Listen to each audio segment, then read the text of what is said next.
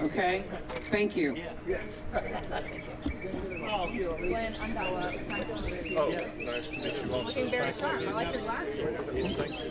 That's what they do for you. Good morning. Oh, I know.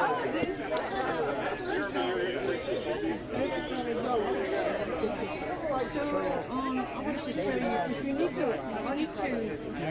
adjust, just press on that and let it down. Because everybody's different, so I think, like, burn it up. So just know if you need to, just press this one.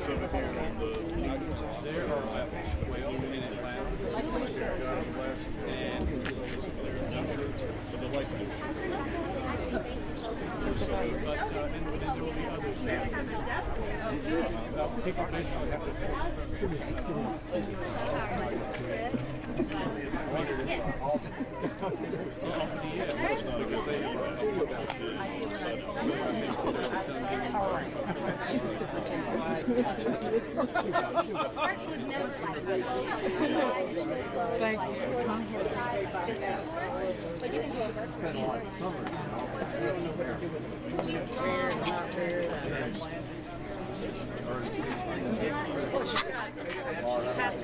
They did not inform me. What was knocking her out? Those right there. So now that's finally.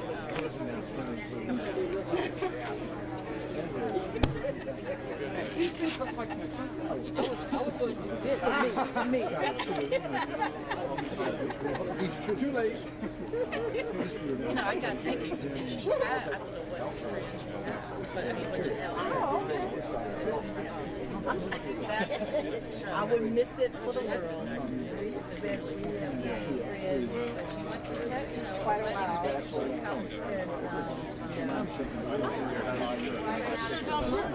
Send everybody invoices. That's awesome. Yeah.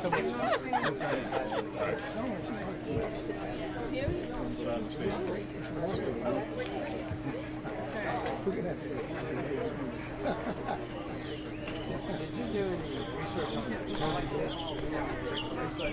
A little bit of that. Well, you look at Thank you, Jimmy. Maybe top next? Yes. Okay. No. If we got superintendents opening themselves up to photographs, I'm going to be in it here.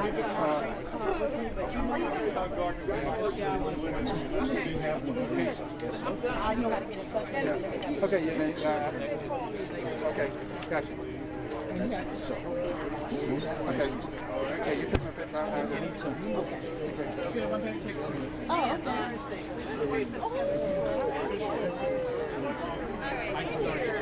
Okay, no, you take out your picture. I tell you, if she's offering herself up for these lovey-dovey shots, oh, well, yeah. I won't tell you where her hand is. literally just a tourist. I had no idea. Hey, you come take a picture with me. Take a picture with her camera. I will do it. We're supposed to see that. That's okay. Okay, give me just a second. Let me do this. And one for you, and one for you. Okay, cool. Just got it. Okay, now can I have a picture with her? Because I know where you publish. You publish in my neighborhood. I'm good. Okay. Would you like water? Roger, do you like water? Well, you need to get a new one. Wait a minute. Oh, whoa, okay. This is so cool. Yeah. Them used to be a lot more expensive. Thank you, Kelly. Okay. Oh, by the way, good morning. By the way, good morning. Nice party you're throwing here. No, you always. I can always count on you. He made it do it. All I did was call late and see the man better call us. Oh, that is. Nice. Yeah.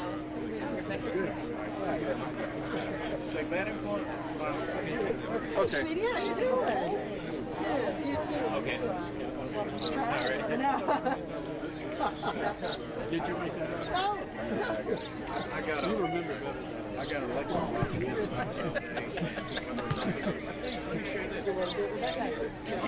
Yes. Yes. How are you been? Good morning. I've never heard of it. Oh yeah, that would be awesome. Got the vaccines. Yeah, it really is. I love it. That's my new favorite song.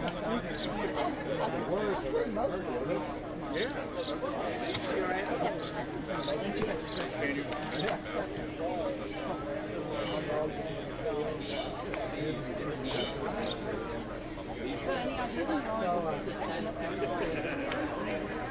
No, we're still baby steps though. Like we're out here roving. Hey. And you know everything. Saves my life.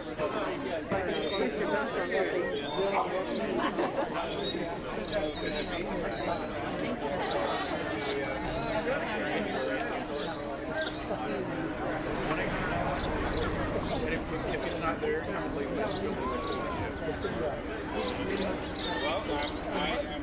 Everybody got it too? No one.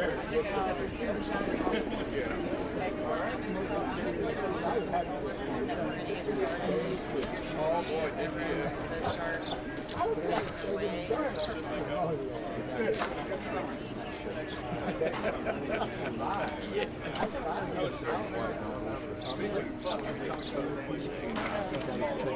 That's Mickey.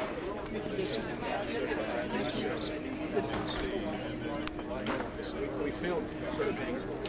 We can tell each other.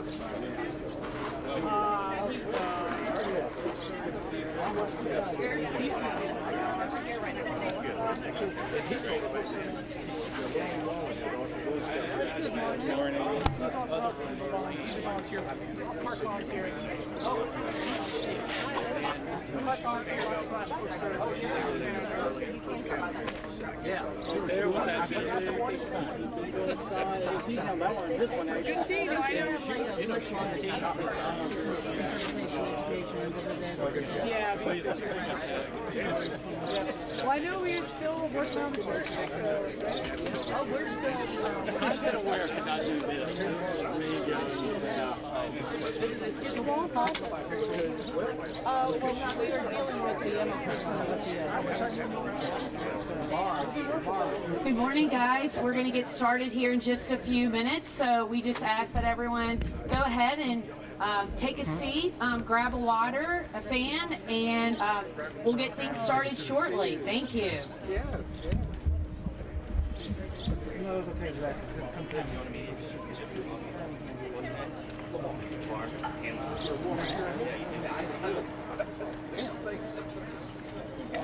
but I don't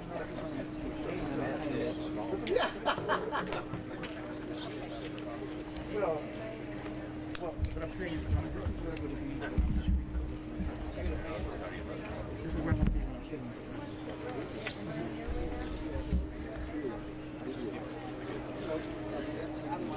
A fan? Oh, sure. There's one right now.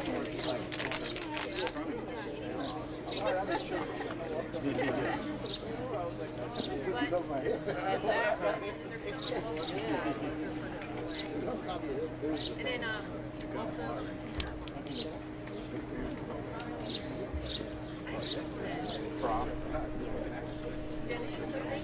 Here, yeah. Their water's on the side. I know we don't have a lot of chairs, unfortunately, but yeah, you're welcome to join.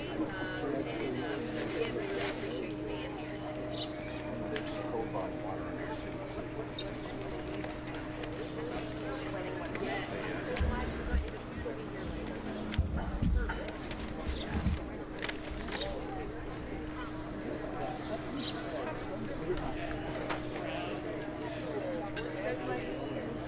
Yes.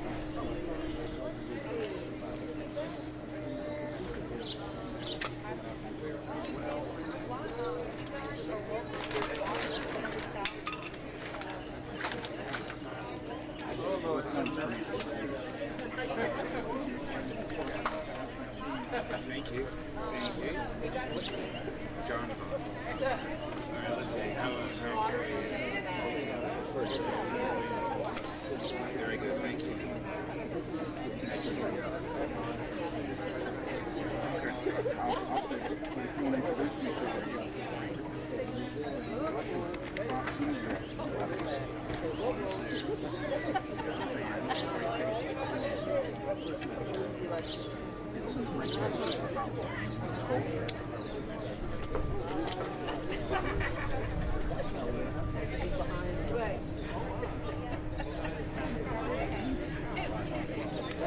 Give me.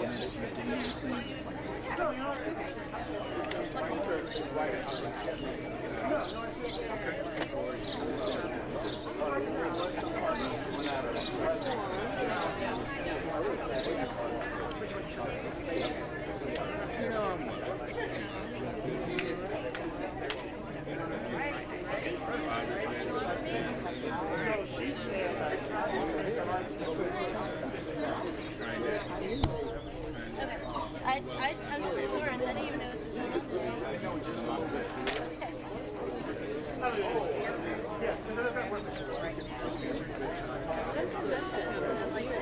I just a tourist.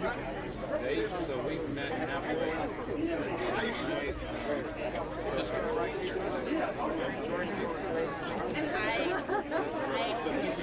I just came down. I just live in Nashville. I did, and I still didn't. I've never been to I got in yesterday at the same equipment in Alpharetta. I just went to Lawrenceburg to race. 1, 2, 3, 1, 2, 3, 1, 2, 3, 1, 2, 3. Okay. Got himself a job.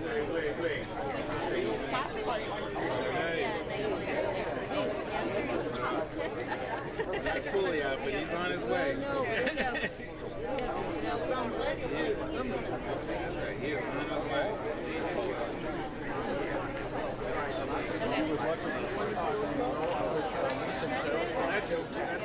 I think ideally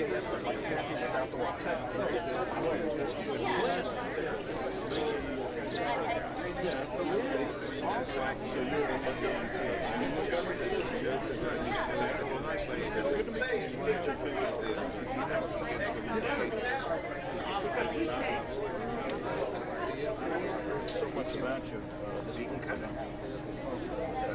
Well, it's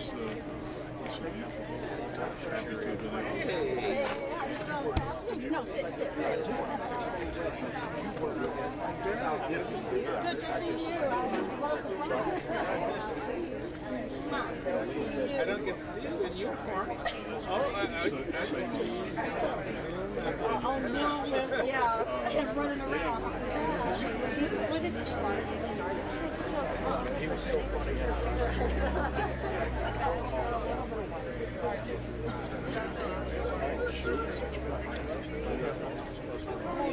Good morning, guys. We ask everyone to take your seats so we can open here with a song shortly. Thank you.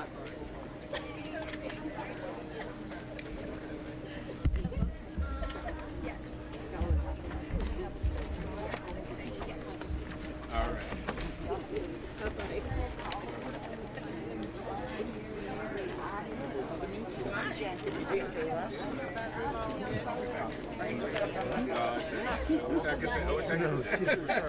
I wish I could take credit for that. I'm using it. Yeah, that's great. Well, good luck in this next step. No. It'll be great.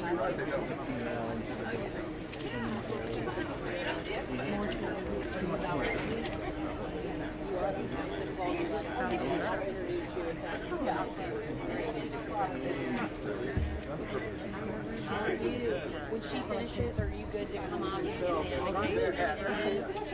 head on up over there. Perfect. Amazing.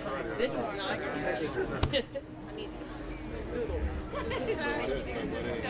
In some ways, it's a great opportunity to reintroduce people to George's. Good morning, guys, and thank you all for being here today. I would like to ask Melissa James with Ebenezer Baptist Church to come up and entertain us all with a song. Thank you, Melissa.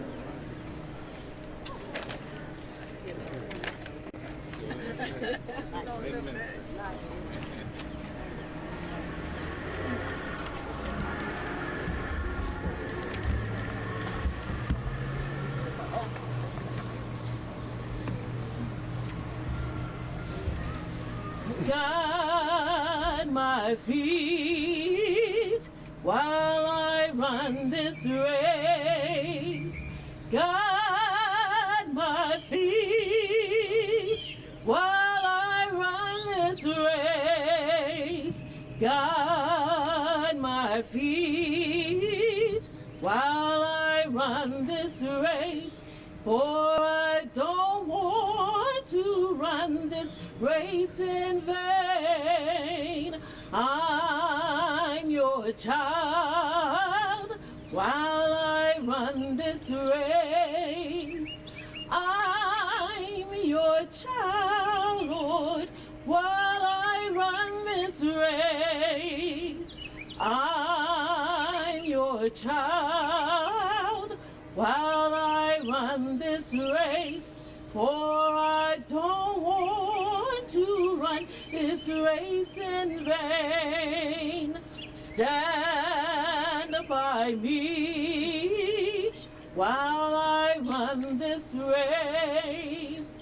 Stand by me while I run this race.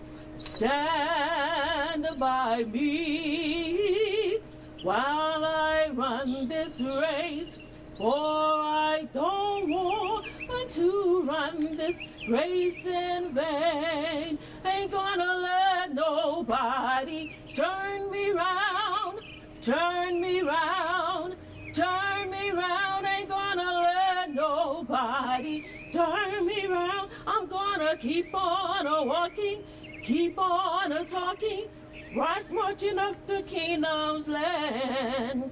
Ain't gonna let integration turn me round, turn me round, turn me round. Ain't gonna let integration turn me round. I'm gonna keep on walking, keep on talking, marching up the kingdom's land. Ain't gonna let injustice turn me round, turn me round, turn me round. Ain't gonna let injustice turn me round. I'm gonna keep on walking, keep on talking, marching up to freedom's land. Ain't gonna let nobody turn me round, turn me round, turn me round. Ain't gonna let nobody turn me round. I'm gonna keep on walking, keep on talking, marching up to freedom's land.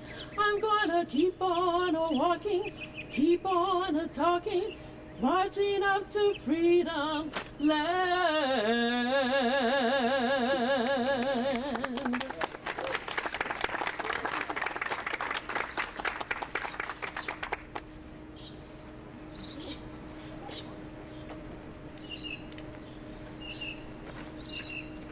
Good morning. My name is Reverend John Vaughn. I am the executive pastor at the historic Ebenezer Baptist Church. We're grateful for such gifts and talents in our community. I bring you greetings from our senior pastor, the Reverend Dr. Raphael G. Warnock, this day. Let us join our hearts together in a word of prayer. Guide our feet, O God. You who have been with us all along the way, you who have been our guide and our strength. We come together today in the name of our ancestors, those that have come before us, that have given of their very lives for the work of justice. Those who left family and friends to give of them very selves for justice. Those within these local communities throughout the South who step forward in bravery in the name of justice. So this day as we are gathered, may indeed your justice roll down like waters and righteousness like an ever-flowing stream. Be in our midst, guide our feet, and help us to remember that the work of justice is not just something that we celebrate and commemorate in the past, but it is work that we do today and tomorrow. It is work that we continue to commit ourselves to, grounded in and guided by your unconditional love. We claim the power of your presence this day in the name of your Son, Jesus, and in the many names by which you are known. May all of God's people say, Amen.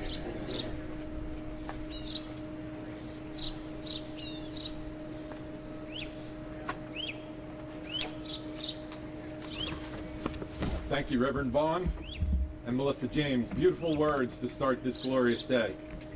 Ladies and gentlemen, good morning and welcome from the state of Georgia. My name is Mark Duronsky. I'm the State Tourism Director here in Georgia. And I recognize that I'm biased, but I believe there's no better destination than Georgia to celebrate this great event today. Behind me, the birthplace of Martin Luther King Jr., one of the many landmarks in our state that is included on the U.S. Civil Rights Trail, which is the focus of the book that is being launched today. These cultural institutions not only welcome, but they inspire visitors from around the world each and every year. We're launching the Civil Rights Trail book today, that is significant. This book will take readers on a journey across Georgia and throughout the United States. From the birthplace of Martin Luther King Jr. to the Albany movement here in Georgia, and complemented by wonderful attractions and sites in our neighboring states and across the United States and the Southeast in particular. As the website for the U.S. Civil Rights Trail aptly says, what happened here changed the world. And as the State Tourism Director, I'm here to tell you that we invite all travelers of all kinds to visit Georgia and experience this firsthand. Georgia is ready to welcome you. I'd also like to recognize a few of our tourism industry professionals here in Georgia that represent these sites across the state. Some are here today. I especially like to recognize the National Park Service and the team here at the Martin Luther King Jr. National Park for hosting us today and for all the work they do year-long to restore and preserve this site for future generations. I'd also like to thank Dr. Glenn Askew, the director of Georgia State University right here in Atlanta, and the World Heritage Initiative for the important work he is doing to preserve these landmarks. Thank you, Dr. Askew. Georgia is proud to be part of this book launch today. Join my brother from Montgomery, Mr. Lee Sintel, the director of Alabama Tourism. So thank you, Lee, for having us be a part of this event and for all that you've done. I would like now to introduce the Superintendent of the National Park Service, Judy Forte.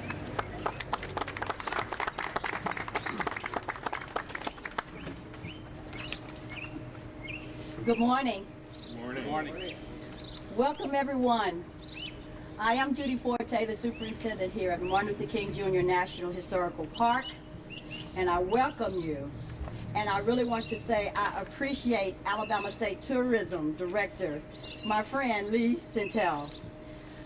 and the state of Alabama collaboration in helping us to tell the important stories of the civil rights movement. I have the profound privilege of overseeing the Martin Luther King Jr. National Historical Park, 35 acres where you can walk in the footsteps of Martin Luther King Jr. from his birth to where he is buried, where you can give reverence to his legacy, and not only his legacy, but also his wife's legacy, Coretta Scott King, and learn about their efforts to fight for racial and economic equality and social justice. Now, as a child, I grew up in Phoenix City, Alabama, during the height of the civil rights movement. And I do have memories of transitioning from a segregated school system into an integrated school system. But I also have memories of the story that my father told me about the time he walked along Dr. King in the march from Selma to Montgomery. And today, it is a privilege to serve alongside his baby girl, Bunny, in the King Center as stewards of Dr. King's legacy and in my role as superintendent of this iconic National Historical Park.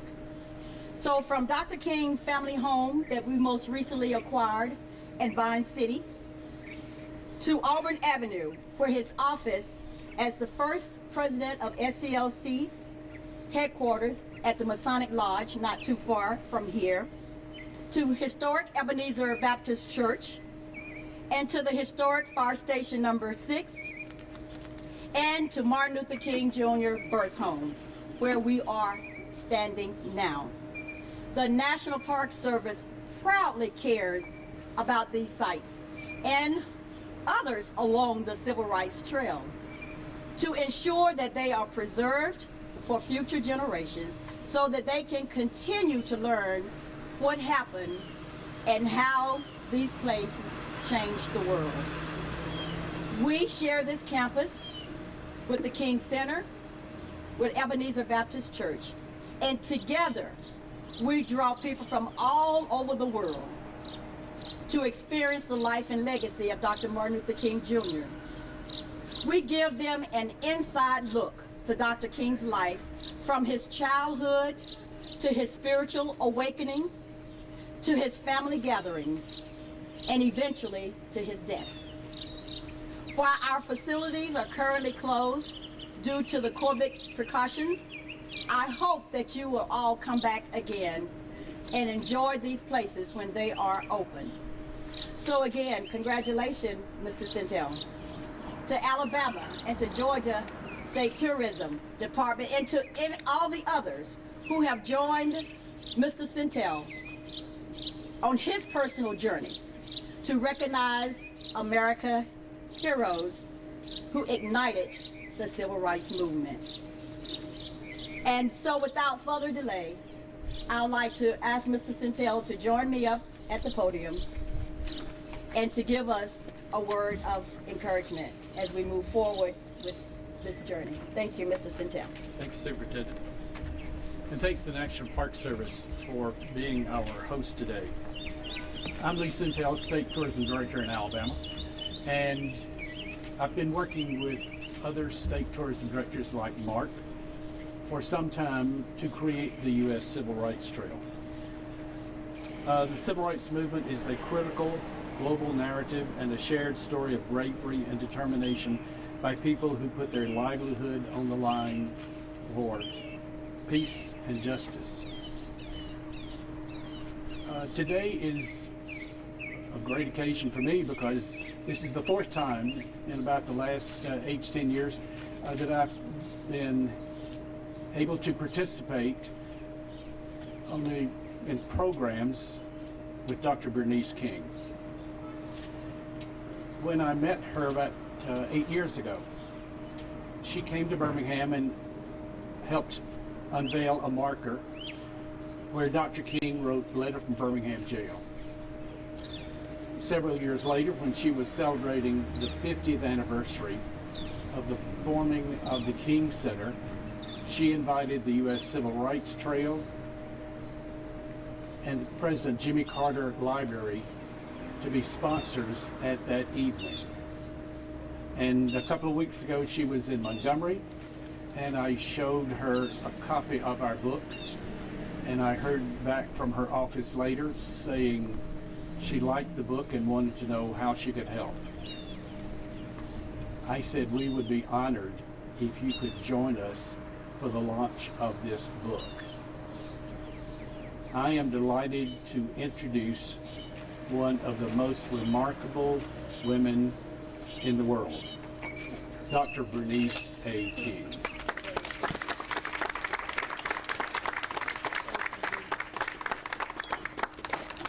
You know, Lee, I may have to take you everywhere with me around the world. I've never been called one of the most remarkable.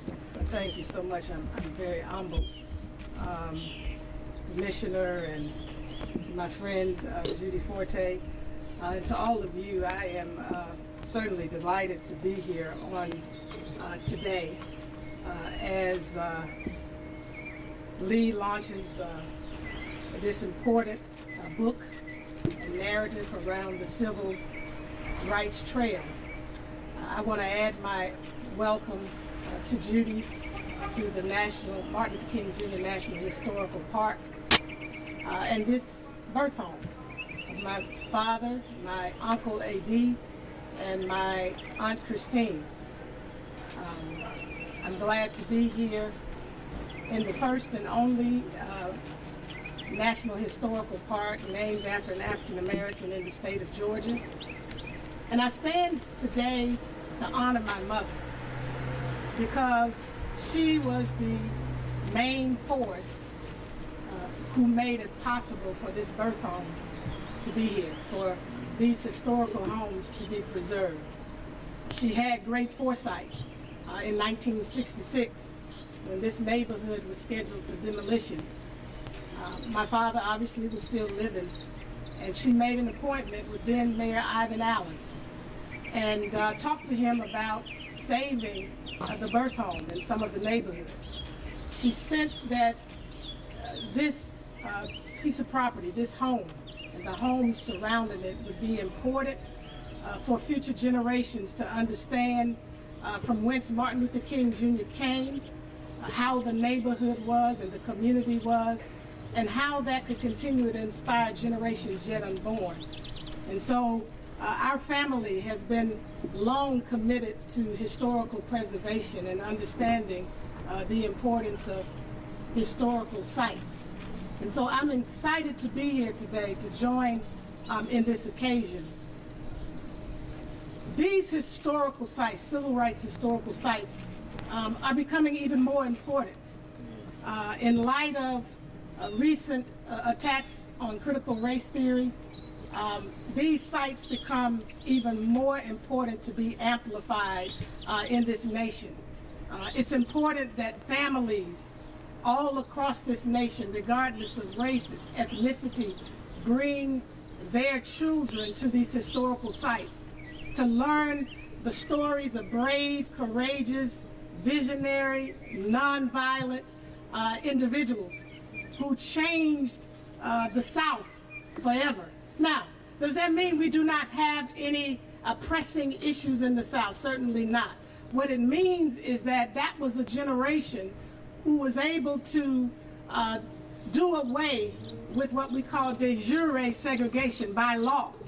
And that was substantial, because the only reason we're able to comfortably gather here today as the beloved community, as a diverse group of people, is because these champions of equality and freedom and liberation and peace gave their lives, literally, so that we could coexist together in real community. And so these sites are so critical to that narrative, but they're also critical because they help us to understand not only does history matter, but we cannot repeat history. When we don't know history, we repeat history. You know, we think about, as we stand here today, the Tulsa race riots that destroyed a great deal of important history in the African American community, but not just to the African American community, to this entire world. That whole community of businesses and homes that were destroyed. We don't have the authentic buildings that these people developed. And so these sites are so important for the authentic nature of them. They communicate to us. I said the other week when I was in Montgomery and we unveiled a marker at the Brickman, give me the exact, Bricklayers Union. Was it the Union Hall? Yeah. Which also became the headquarters ultimately of the Southern Christian Leadership Conference. That these sites literally have the footprints of the people who made history, who changed the world. And when we place our footprints on these sites, we are walking in those footprints. And the thing that those people carried at that time is still there. And so as we touch on these grounds, these are sacred grounds. Yes. Every place you go through this historic civil rights trail is sacred. It's not to be taken for granted. It's not to be taken lightly, because these people literally risked their very lives, and some shed their blood so that we could be a better nation. And so as you bring your family, as you bring your friends to this historic site, let them understand that they are about to enter holy ground because of what took place on these various sites. Not only that, these sites inspire us. They inspire us to be champions of change. We see what ordinary people can do when ordinary people have a commitment and a willingness to do whatever is necessary to bring about change.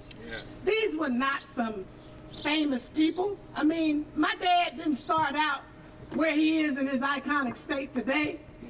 From this home you learn. He was just an ordinary little boy who ran across an incident across the street there when he was playing with some white kids whose parents owned a business there.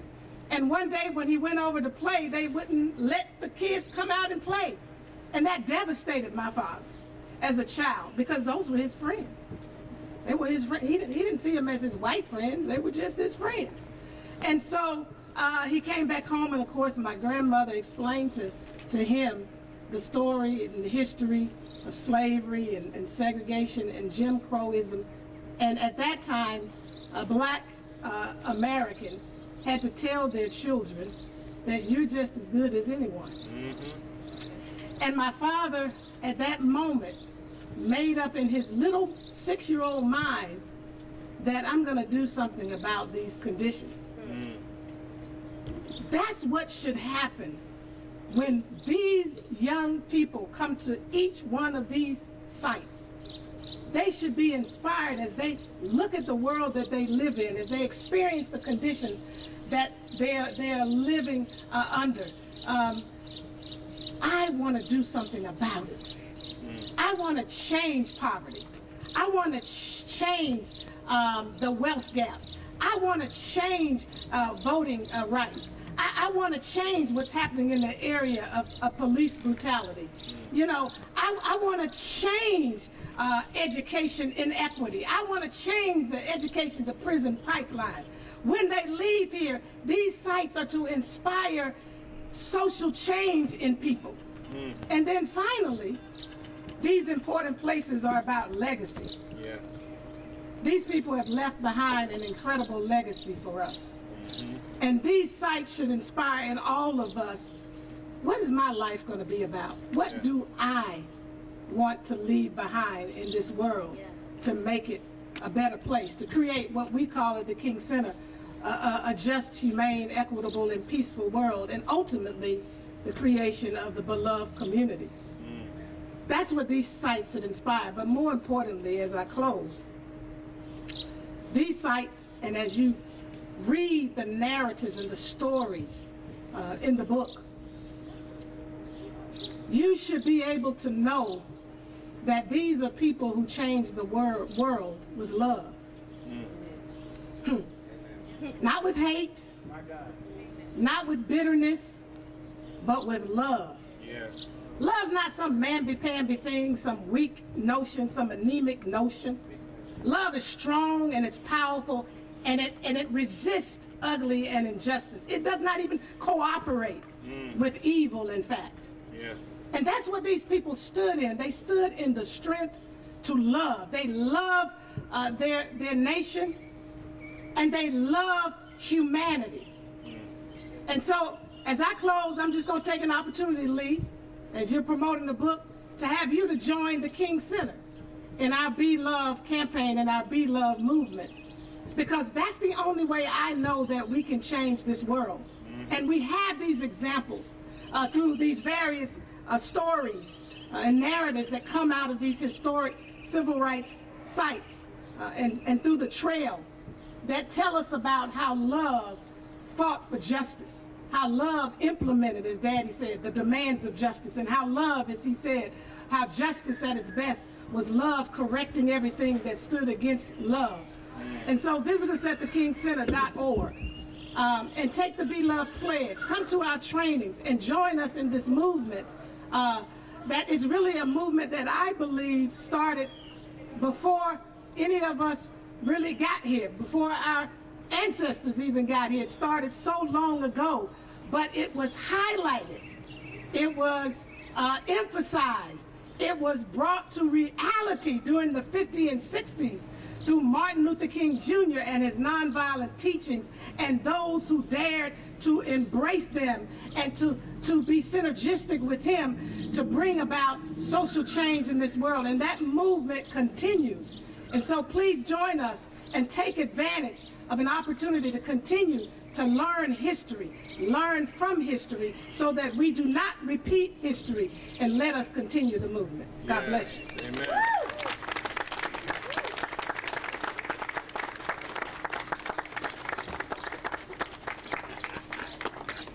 Thank you, Dr. King. Thank you, Superintendent, for hosting us today. What a wonderful statement of your life and your heritage and your vision for continuing your father's work. I've not told Dr. King this, but it was something that she said to me several years ago that led to this book. She said how concerned she was that young African Americans did not know the story about what her father and people's parents and grandparents went through in the 50s and the 60s in order to leave a better world for their children and grandchildren. She said people don't know the story. So if you don't know the story, then you don't care. And so that's what led me to this idea of, well, let's help tell the story. I thought we'll do a book.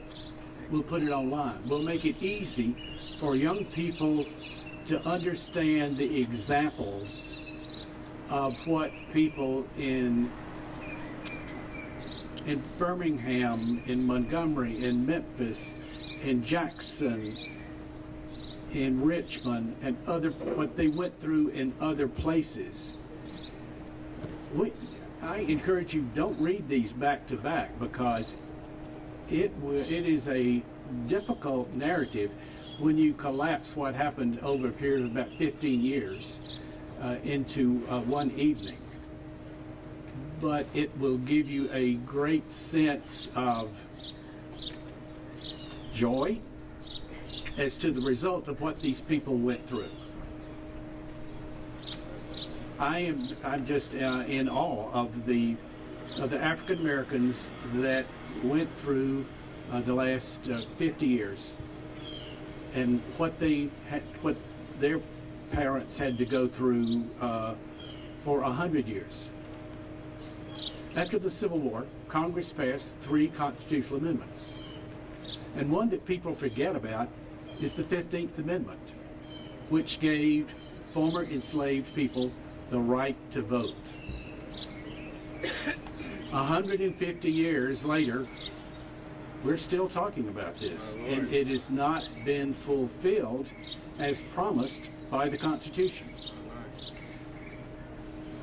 What Mark and my counterparts are doing is making it easy for tour groups and individual families to identify sites that they should go to learn the story. Because today's young people cannot begin to imagine what their grandparents went through. So it's a way to sort of honor your ancestors, your forebears, to read some of these stories, to go see these museums. My recommendation, if somebody wants to do a pilgrimage on civil rights, start in Memphis. The National Civil Rights Museum gives you the very best overview of each of these activities. When I say activities, I'm talking about the different kinds of demonstrations. I mean, when I went through it a few years ago, one of the first things you see, it looks like a segment of the Edmund Pettus Bridge, and I said, oh my God, they've moved the bridge here. But it's just what they have done in Memphis to give you an understanding of what people in each community went through. And you wind up about an hour and a half later looking into Dr. King's motel room. And it is stunning. It's something that you're really not prepared for. I was talking with a reporter here yesterday, and she asked, okay, when did this start? Well, Mark and I will tell you it started about 3 years ago. And the question was, is anybody coming?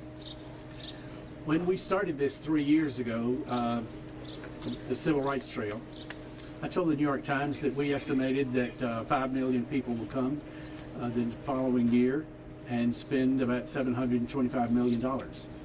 And looking over our estimates that we got by calling different museums and tourist attractions, we think that we're kind of on the money. The second year, and something that's slightly, that predates the civil rights movement, is the lynchings that took place in this country. When did the lynching start? When blacks got the right to vote in 1865. That's something that I think most people don't realize. That's when the Ku Klux Klan started rioting, because they were intimidating blacks so that they would not try to register to vote. And that's why what happened, what John Lewis was able to accomplish after Bloody Sunday, why that is so important. And it continues to be important today. So I encourage you to read the book. Where's Art Maripool? Mark, come here. You know, I've had so many people tell me in the last couple of weeks, Lee, that is a beautiful book. Not a single person has said, those were the exact words. This man is the reason it's such a beautiful book. He's the photographer. He took all these great pictures. I didn't know, if I'd known he was going to be here today, we would have put him in a top hat and gave him an honored seat. But he was with Southern Living for more than 20 years and is just an incredible talent. Where's Miles Wright? Miles, come here, Miles. This is the guy who made me look good and made Art's pictures look good. He's the guy who created the website U.S. Civil Rights Trail and the book Civil Rights Trail. Let's give him a big hand. So I encourage you to go to civilrightstrail.com after you buy the book and read it closely. And seriously, make a plan to understand more about what it is to be an American in this time, and to look for ways that you can make life better for other people that don't look like you. Because we are all blessed to be here on this earth to do good work and help other people. I want to introduce my friend Michael Buffkin. We were fraternity brothers at Auburn, and when the Selma March was taking place, we were at Auburn, and I got him to go with me to hear Dr. King speak at a little Catholic school outside of Montgomery. Mainly, I wanted to hear Nina Simone sing the Mississippi song. But as more than a bonus, we got to hear Dr. King, and it was life-changing. And it was not a huge crowd. I mean, there were not 20,000 people, but it was an amazing story. So I encourage each of you to make a pilgrimage of your own, and you will understand better, more carefully, that exactly what Dr. King said here a few minutes ago is right on the money. So I want to thank you all, Mark, Pastor, the voice of God, Judy Forte, and Dr. King. Thank you for being with us today. We're dismissed. Thank you.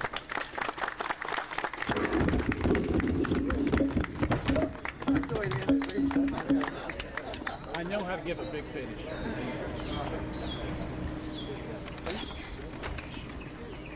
Ladies, do remember to say that there are books for sale? Oh, wait, let me see. I'll go ahead and say it, Okay. yeah.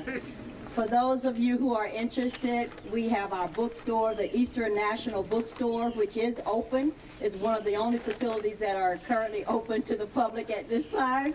They have some wonderful items in there, including the Civil Rights Trail book. So we invite you to go in and spend some money. Thank you.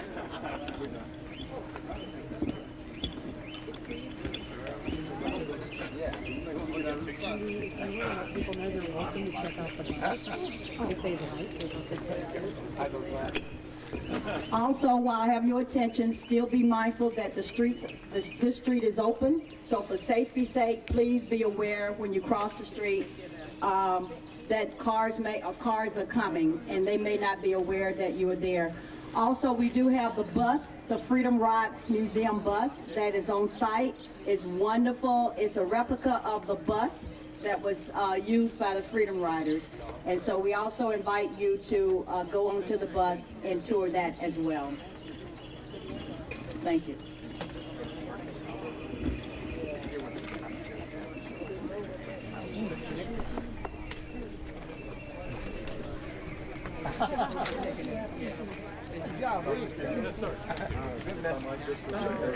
We're going to go into my book.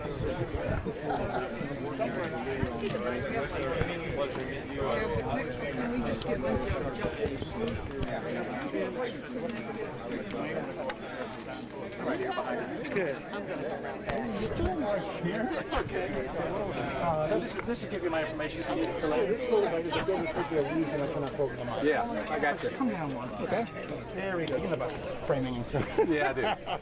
If you're here for the student roundtable, please follow the driveway around to the back My where name is we'll Art have Maripol.